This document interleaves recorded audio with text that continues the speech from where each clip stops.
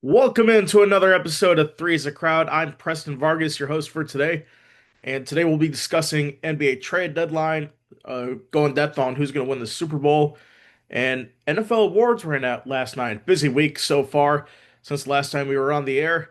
So, before we get started with that, don't forget to like and subscribe to the channel. That'll help us out a lot. We have a goal of reaching 100 subscribers by the start of the new year, or by the start of March. So please do that. That'll really help us out a lot toward our goal. Anyways, let's get into this one. So we'll start with the NBA trade deadline recap. So we had some big moves. I'll get into the going up to the bigger moves later. But some one of the moves that caught me, well, not off guard, but actually a little bit off guard. How about Ivica Zubac going from the Los Angeles Clippers to the Indiana Pacers? That was a last minute deal that they made at the deadline. This is more for next year for Indiana because they are definitely having one of the worst title defenses, or not title defenses, Eastern Conference title defense. I mean, they're last place in the Eastern Conference. I mean, they have been decimated with obviously Tyrese Halliburton not playing this year because tearing his Achilles in Game 7 of the NBA Finals, but they lost Miles Turner in free agency. That's another big part. And the Pacers now sit 13 and 38. I mean, for me in this situation, I think Zubac is a good replacement for Miles Turner leaving in free agency going to the Milwaukee Bucks, which we'll talk about the Bucks more later on today. So yeah, that's a pretty good one. And then the Celtics getting a big man, Nikola Vucevic, going from the Chicago Bulls to the Boston Celtics for Anthony Simons in return. And I think that's a pretty good move for Boston in that situation. You get a starting quality big man who was always he was one of the best players for the Chicago Bulls when he was traded from the Orlando Magic. He was my favorite Orlando Magic player growing up on those mid-tier Magic teams, sometimes making the playoffs. But all in all, I think Vucevic is still solid. I think he's like 31 years old, if I'm not mistaken. I'll have to check. So obviously he's not going to be your future at center, but the Boston Celtics are definitely. Oh, Vooch is 35, but he's still a starting quality starting quality center. Arguably the best player on the Bulls last year. I think he struck while the iron was hot. Got rid of him. Also, they got rid of Kobe White. He's on his way to Charlotte. We thought earlier in the day he was gonna be traded to the Houston Rockets, but apparently that deal didn't materialize. Kobe White going to Charlotte, I think that's good for them. Hornets on an 8-game winning streak, which is surprising at this point. I mean, in terms of the Eastern Conference standings right now, 24 and 28. The Hornets might be turning a corner here. They are tied with the Bulls. I think the Bulls are going to tank for the rest of the season, which they should, in my opinion. So they can get better draft picks. But I think we could say the Hornets are definitely looking more competitive. Actually, it turns out every team in the Southeast Division outside the Washington Wizards are in the play-in. Now I know divisions don't matter in the NBA anymore, but that's something to take a look at. I technically division they exist, but they don't mean anything anymore for in terms of playoffs. It's just divisions are there just to for schedules. So I think that I think that the that division. I know I'm sounding like a broken record, even though they don't matter. That division is probably going to be something to watch. I mean, all of them are within 3 games of each other.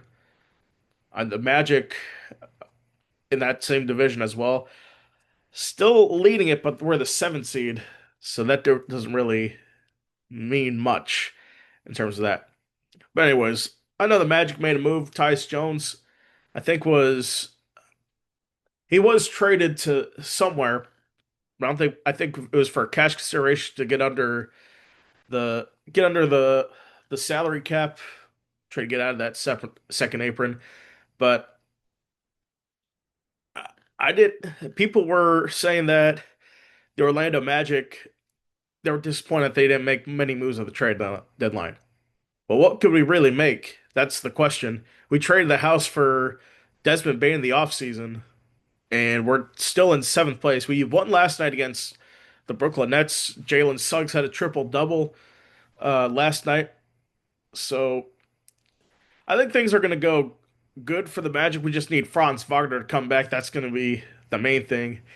And that's when we'll see if Jamal Mosley can save his job. Because right now, we're the seventh seed. If we would win the playoff game, the play in the season we're 10 today, we'd play the New York Knicks, who are probably one of the best teams in the NBA right now. They went to the conference finals last year. A lot of people thought they shouldn't have fired Thibodeau. I was one of them, but the Knicks are definitely a force to be reckoned with. A team that has won their last 8 games as well, along with the Charlotte Hornets. So you will see whether that takes. We'll see what transpires from there. And going back to the Celtics, they've won 4 straight games. This team's looking scary without Jason Tatum. Imagine when he comes back, which I think he will by the time the playoffs start. I think April 1st is when they're targeting for him to come back. Now, I don't think he's going to be 100% for this playoff run, but they don't need him to be. Acquiring Vooch at the deadline, Jaylen Brown's playing well. You obviously have your other starters, your bench playing solid. I think the Celtics could be one of those teams that can make a run when Jason Tatum comes back. And the Detroit Pistons, I they are impressive this season, 37-13 to start. Got an impressive sweep against the Denver Nuggets this season. Even though they lost to Washington, which we'll get into that a little later.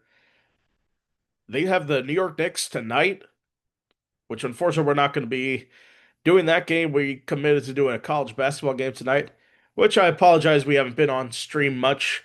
Some things have been happening that I had to take care of and just didn't have the energy to do the streams. But we're back tonight, that's for sure. So we'll definitely do that. And now let's get into the the moves that didn't happen. Giannis Antetokounmpo, John Morant, they're both staying with their respective teams. Now I want to get into the John Morant and the Grizzlies. Let's get into the Grizzlies part of this. So, as you know, in the offseason, they got rid of Desmond Bane, sent to the Orlando Magic for, I think, 4 first-round picks. And and they also got rid of Jaren Jackson Jr. I think they got 3 first-round picks for him going to the Utah Jazz. Which Utah, and they're 16-36 right now. I think I don't think this year the Jazz are going to do anything. Next year, I think the Jazz will make the playoffs with Jaren Jackson Jr. and those young guys. Setting the house for him, it might be a good risk reward type of thing. But the Grizzlies, I think they're in great position now to start rebuilding. They knew they couldn't win now with this current core. They're currently sit 11th in the Western Conference, behind 2 games behind Portland for the 10th spot. But you really don't want to be in the play-in. That's really no man's land at this point. You really want to be the top 6. But I think the Grizzlies can now look to rebuild. I thought with the move that we saw Jaren Jackson moving on, you moved on from Desmond Bane in the offseason. I thought the logical step was John Morant next, but apparently it did not happen this trade deadline. So I think he'll probably be moved in the offseason along with Giannis Antetokounmpo. But I think the Grizzlies are in a good place to start rebuilding, looking for the future. And I think you can get a haul for uh, John Morant when that time comes to offload him. But looking at the Giannis situation, and the Bucks have lost. Actually, they've won 2 consecutive games. Um, they beat the Bulls and the Pelicans, but before that, they Let me see how much they lost. One, two, three, four, five, six, seven. They lost eight out of their last nine games prior to that two-game win streak. They play the Pacers tonight, which some that's a pretty that was been a pretty good rivalry in the playoffs. Obviously, both teams on the downswing right now, but the Milwaukee Bucks sitting 12th now. They are, let me see how many games. 2.5 games back behind Charlotte for that 10th spot, which I think that I don't think Milwaukee's going to do much this season. I mean, this whole thing with Giannis, thought he was going to be traded at the deadline. Obviously, he wasn't. Strongly linked with the Warriors, who ended up getting Porzingis, another trade that I failed to mention. So there's a lot of stuff going on, and yeah, I think the Milwaukee Bucks. I think they'll be okay going into the future. But I think Giannis knows he basically requested a trade, but he obviously knows the writing's on the wall. It's time for them to move on from him and rebuild. It's been a great run. They won a championship in 2021 with Giannis, and I think the Bucks are built to. I think if you unload him, you'll get a haul from him. Potentially, you could uh, find a spot to finally rebuild. I know they tried to make this thing work with Giannis. Tried to get Damian Lillard. Obviously, he tore his Achilles. That didn't work out after a couple seasons. And then you signed Miles Turner in free agency, which could have uh, been the start of something. But I think you have to move on from Doc Rivers and Giannis at this point and just start the rebuild process. I mean, it worked. It worked for you for the Bucks doing that rebuild process in the past. I think the Thunder's model is going to be the way to do stuff from now on. When they got rid of Paul George, they brought in a young SGA and a lot of draft picks out of that. Basically rebuilt that whole team into a modern version of a super team now. You won a title out of that. I think the Magic did the same thing, offloading. I'm talking back in 2020, they offloaded Vucevic, Aaron Gordon, Fournier, that whole squad that we had, and basically retooled that. We got Wendell Carter in the pick that we took to take Franz Wagner in that Bulls trade for Vucevic, and think we ended up getting drafting Jalen Suggs in 2021, and we also drafted Franz that year too. Got Paolo the next year and made some moves to get Desmond Bane. I think I know I'm talking Magic centric, but that is my team. That's the team I follow the most. But you can definitely the Bucks are definitely in a good position if they trade Giannis in the offseason. It's not the end of the world that he wasn't traded now. And now let's go into depth about this trade that I think was the best one of this window. And kind of a surprise, if I might add. James Harden traded from the LA Clippers to the Cleveland Cavaliers. So I think this trade's going to be is a good one for Cleveland. You get a veteran with a lot of playoff experience. I think he's 36 years old now. So kind of up there in age, but still a solid player. Obviously still an all-star. I mean, you trade away Darius Garland, who really has been available. I think with James Harden going to the Cavs, Ivica Zubac getting traded to the Pacers, I think this signals that the LA Clippers, despite them having one of the best stretches so far after that porous start, they're still under 500, and they now have lost two straight games. So I think this might be the time for them to consider a rebuild here. I mean, how old's Kawhi? I think he's 32 years old, so he's not getting any younger. So yeah, I think it's time to move on from Kawhi Leonard as well. Moved on from James Harden, and of course his every few years of wanting to move off a team He gets tired there. So I think for the Cavs side of this, you pair him up with Donovan Mitchell, Jared Allen. I think a solid move for the Cavs right here. And now let's move on to some NFL awards. Of course, NFL honors was last night. So a lot of good awards handed out, such as Comeback Player of the Year going to Christian McCaffrey, and Coach of the Year going to Mike Vrabel, which I don't know if anybody's heard of this, but there has been a Coach of the Year curse for the past few years. Let me look back at the past few Coaches of the Year. Just give me a second. But Mike Vrabel is the winner this year, which well deserved. He guided the Patriots from a 4-13 record in his first year. He's in the Super Bowl, winning the AFC. So let me pull up the list here. So, so the past five coaches of the year, they've all had disappointing ends to the season, to the following season. So, for example, we'll start with Matt Nagy in 2018 with the Bears, winning Coach of the Year there. The next year, him missing the playoffs, Trubisky not really working well, and he was fired after the 2021 season. And not only John Harbaugh in 2019, of course he's fired now, but the next season they still made the playoffs. Were still competitive. Lamar Jackson was still good. So that's an outlier. Also the COVID season.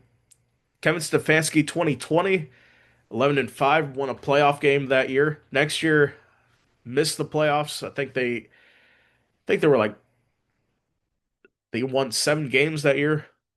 The 21, Mike Vrabel leading the Patriots to a 12-5 record.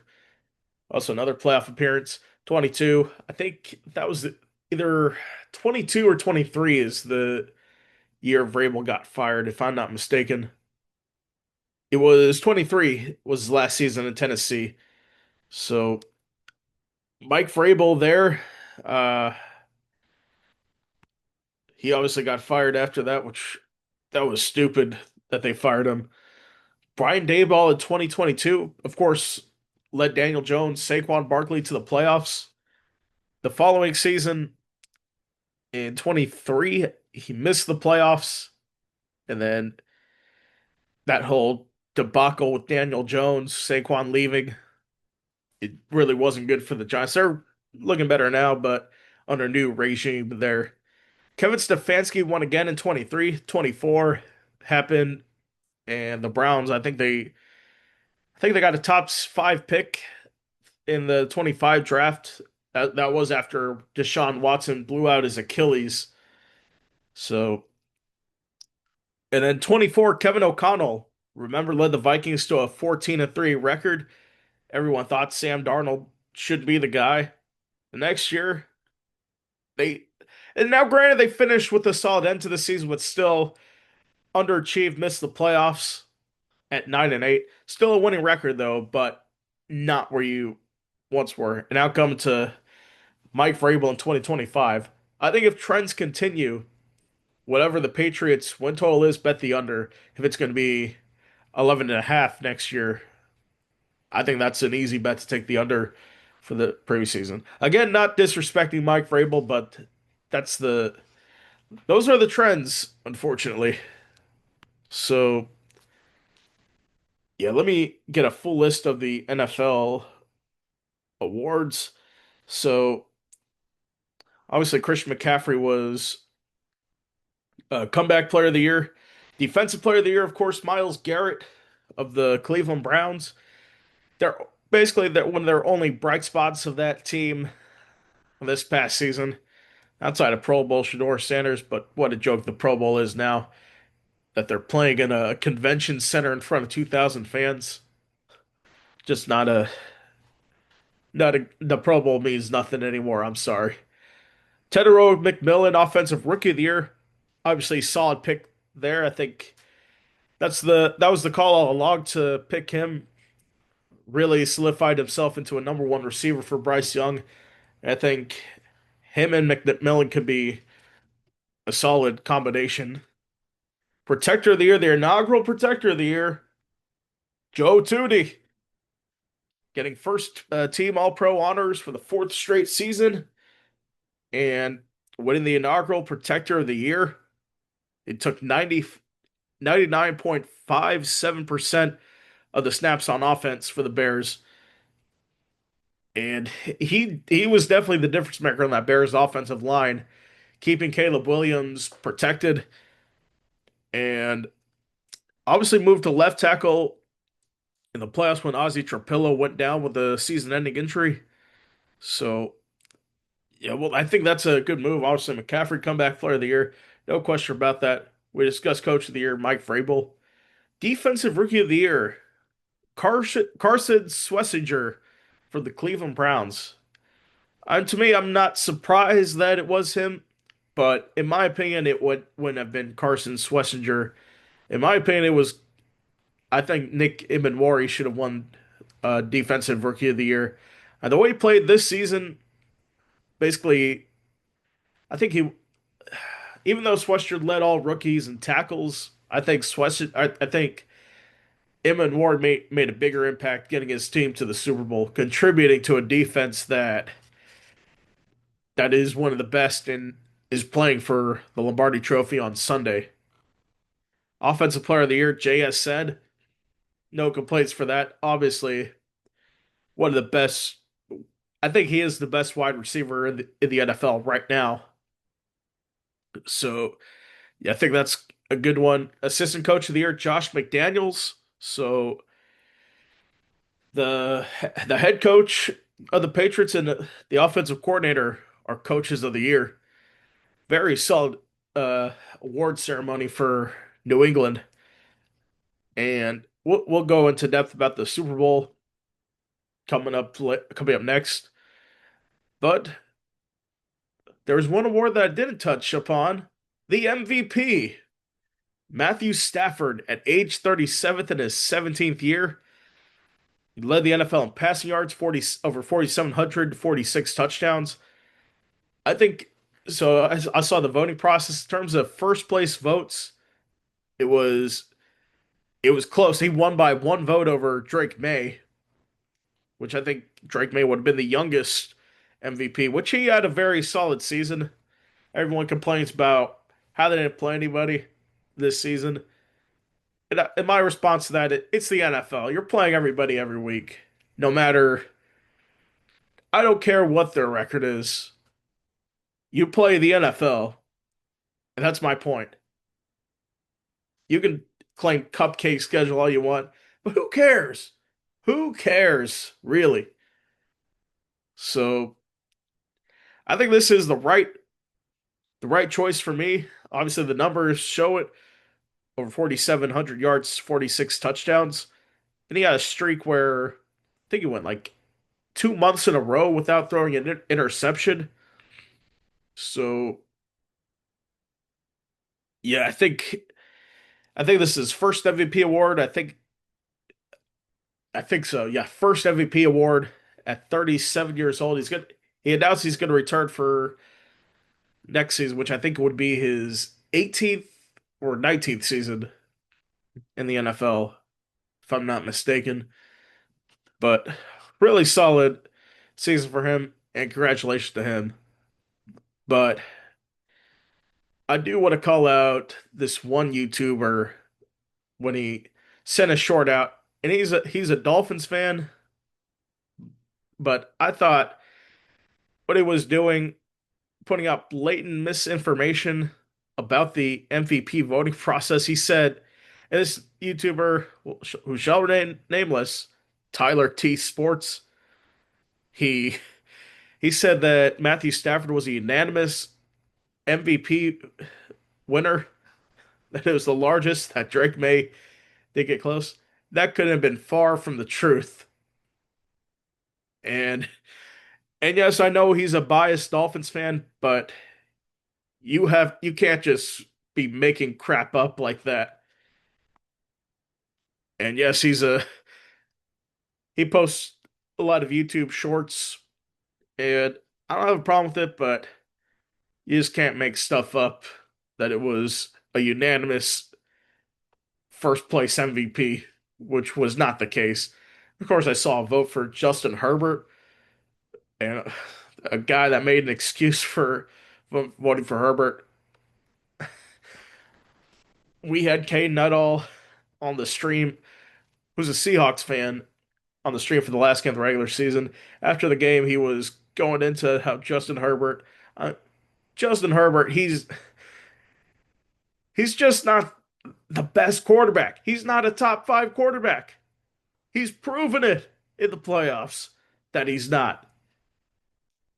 The past few times, every time he gets in, he has not won a playoff game, mind you. Caleb Williams has more playoff wins than him. CJ Stroud has three playoff wins, and Justin Herbert has none. So don't tell me that Justin Herbert's a good quarterback. I'm sorry. Anyway, we'll get off of that to go to the Hall of Fame class of 2025. So, of course, this one it was marred by the the rejection of Bill Belichick and Robert Kraft to the Hall of Fame, which I already touched on that, how disgraceful that was to not put them in. But here are the ones who did get into the Hall of Fame class. Drew Brees, obviously, I think at one point led the NFL in passing yards for his career before being passed by Tom Brady. Super Bowl champion in 2010 and an MVP award winner. Adam Vinatieri, who in, who in his playing career, Eli and I nicknamed him Grandpa Vinatieri because he was the oldest player in the NFL for years at that point.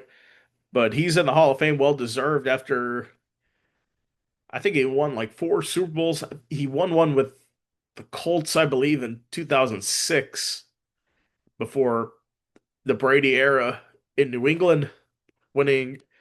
I think he won three in those early Brady years with the Patriots, including two, excuse me, including two game-winning field goals. Roger Craig from the Minnesota Vikings, who I think he was the first running back to rush and receive for 1,000 yards in a season.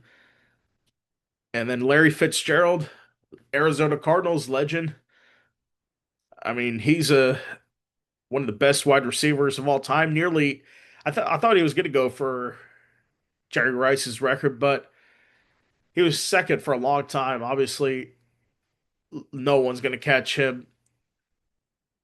I may be wrong, looking back at this in 10 years, but Larry was close, but finished second in that category.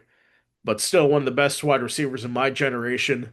Luke Kuechly, obviously, what a solid piece for the Carolina Panthers on that Super Bowl team that they went to the Super Bowl. He was a solid piece there. One of the best linebackers since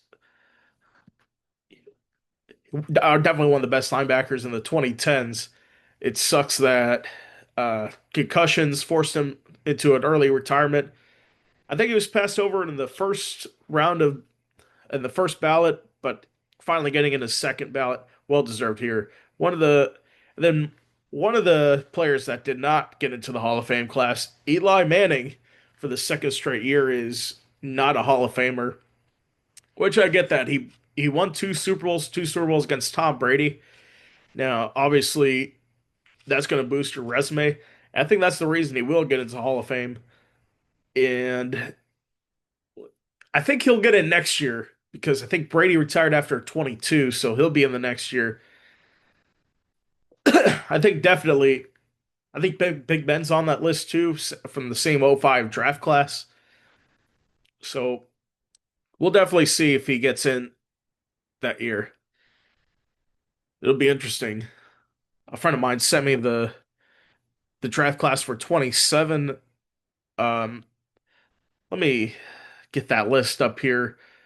So, in terms of first time eligible for the Hall of Fame in 27, Rob Gronkowski, Big Ben Roethlisberger, Adrian Peterson, Richard Sherman, Cam Newton, Antonio Brown, Andrew Whitworth, Eric Weddle, Gerald McCoy, Le'Veon Bell, Joe Hayden, Malcolm Jenkins, Brandon Brooks, Donta Hightower, and Ryan Kerrigan. Obviously, Adrian Peterson is a Hall of Famer, first ballot. No questions asked about that. Rob Gronkowski, I would say so. His impact to tight ends for sure. Richard Sherman, as part of that Legion of Boom defense, that class is going to be loaded. And yeah, That's the Hall of Fame class. That'll be a great one. And now let's get into our other headlines. Some news earlier today. Browns defensive coordinator Jim Schwartz has sent in his resignation letter from the Browns with 1 year left on his deal. Obviously passed up for that head coaching job for Todd Monken. He wasn't happy about that. That probably spells disaster for the Browns defense going forward. Luka Doncic exits in the first half of their game last night against the Philadelphia 76ers with a hamstring injury. He's going to get an MRI today. Hopefully, he's going to be okay. The Lakers won that game, by the way. And then the Washington Wizards, I mentioned them earlier today. They upset the Detroit Pistons 126 to 117 at Little Caesars Arena. The Wizards were plus 16 and a half point underdogs. This is the largest upset in the NBA this season, according to multiple sports books. And the Charlotte Hornets, I said earlier they won 8 straight games. Here's what they did against the Houston Rockets, led by Kevin Durant, Alperen Sengun, Amen Thompson. That Houston Rockets. They beat them by 10 on the road. Um, we got a box score here. Con Knipple really coming to his own. 24 points, 4 rebounds, 2 assists. I think he's definitely turning into a solid player on the Charlotte Hornets. And then the Rockets, Kevin Durant. He had a 31-point game, but a subpar performance for Sengun. Only 7 points, 9 rebounds, 5 assists. So we'll see what happens there. And then to baseball, the Detroit Tigers making some moves. So we'll start with the first one. Tariq Skubal. He set a record for arbitration, so he's going to make $32 million in 2026. But the Tigers also made a splash, signing top free agent pitcher Framber Valdez to a 3-year, $110 million deal.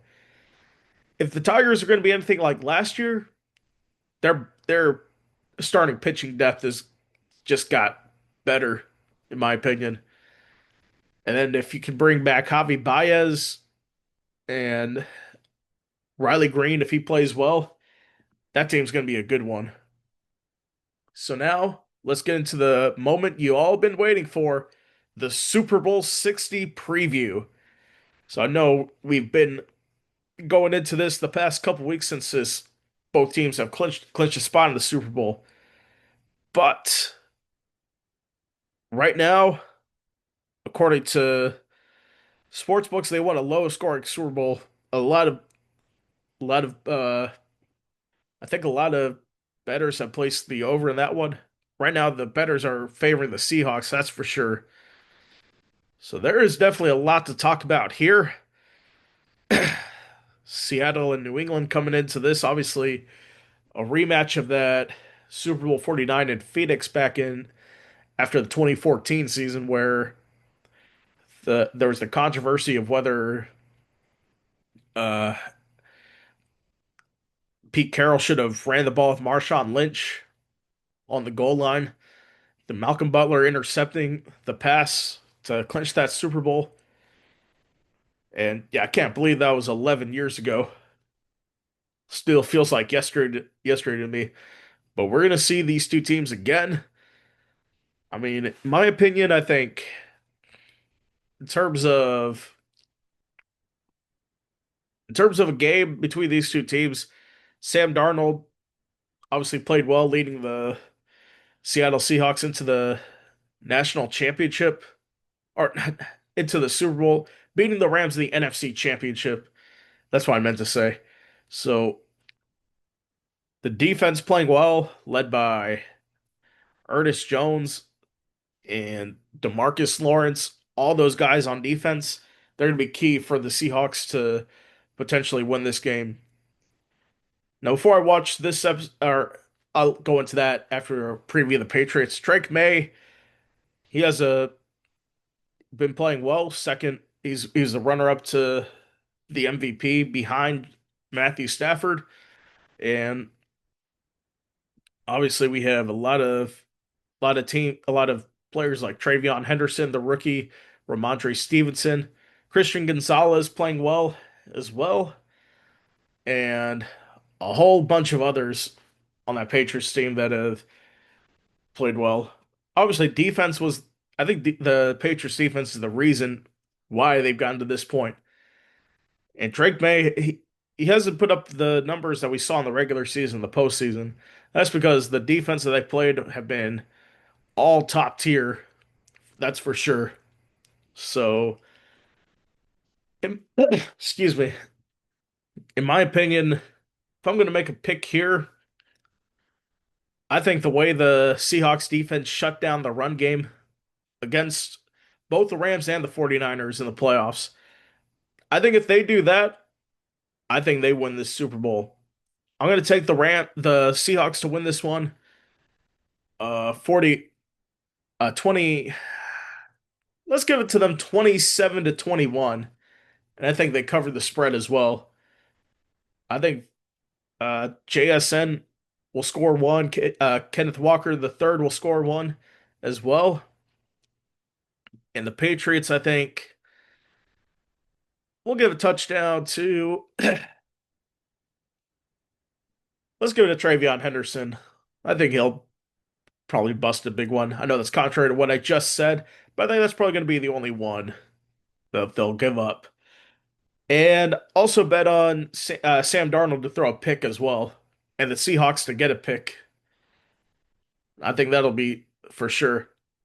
I did before I got on the air. I did watch my friend Jackson Burleson's show on the Take, which if you haven't seen it, go check out his channel as well. He picked the Patriots to win, so we'll see what happens here. But anyways, that's gonna do it for today's episode. Don't forget to like and subscribe to the channel. We'll be back for another episode on Monday with Eli recapping the Super Bowl, and we'll be back for streams. I don't think we're gonna stream the Super Bowl because we're gonna go. I'm gonna be over at Eli's place to watch. I don't think we're gonna stream it there. Logistics might not be possible for that. So we'll definitely do a recap on Monday of the Super Bowl, that's for sure. And we'll be streaming this weekend as well. We're back tonight as the Yukon Huskies take on the St. John's Red Storm from Madison Square Garden. That game tips off at 8 o'clock. And we got a college basketball, basically a basketball triple header starting at 3:30 on Saturday. We have Rockets Thunder at 3:30, Illinois, Michigan State at 8, and then Houston BYU at 10:30.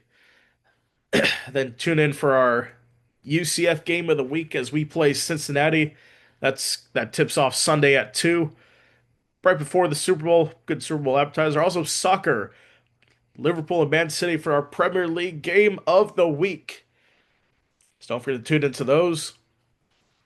Yes, we'll definitely have more streams soon. I'm gonna start doing reduced streams, like 8 streams a week instead of a loaded 12 or 13. So let's see how many streams that I've scheduled this week. 1, 2, 3, 4, 5, 6, 7, 8, 9, 10, 11, 12, 13. And I'll reduce the amount of double headers, try to keep things as clean as possible in terms of streams so I can bring the utmost energy to whatever game I'm doing. Anyways, that's going to do it. Thank you guys for watching. I'll see you again later. Have a good rest of your evening.